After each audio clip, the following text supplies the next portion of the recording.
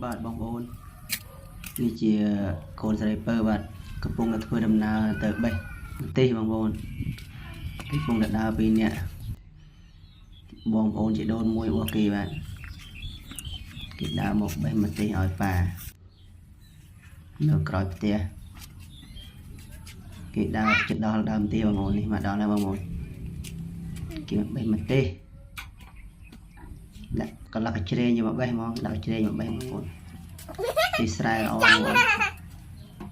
ម្ទេសខ្ញុំដាំដែរដៃខ្លួនឯងផ្ទាល់ហូបចិត្តមួយឆ្នាំហើយបងប្អូនផ្លែរហូតផ្លែធំៗទីនេះតបេះតែដល់វាផ្លែវិញទៅលេងសាច់ធំប៉ប៉មិនរៀមដៃបងប្អូនឥឡូវវាពងតែបេះម្ទេស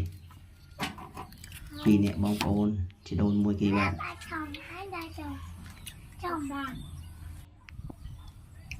បេះរត់តែក្រហមពីអសិនក្រហមមកនិយាយលឿនទុំអត់តាន់បេះហូបរហូតបាទដល់គេកំពុងដើរទៅវិញហើយសើចខ្ញុំសប្បាយចិត្តបងប្អូន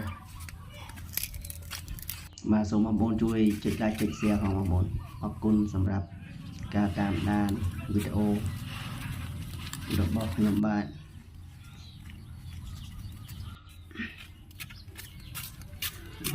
គេយកមកទីមកទុកវិញបងប្អូនអរគុណ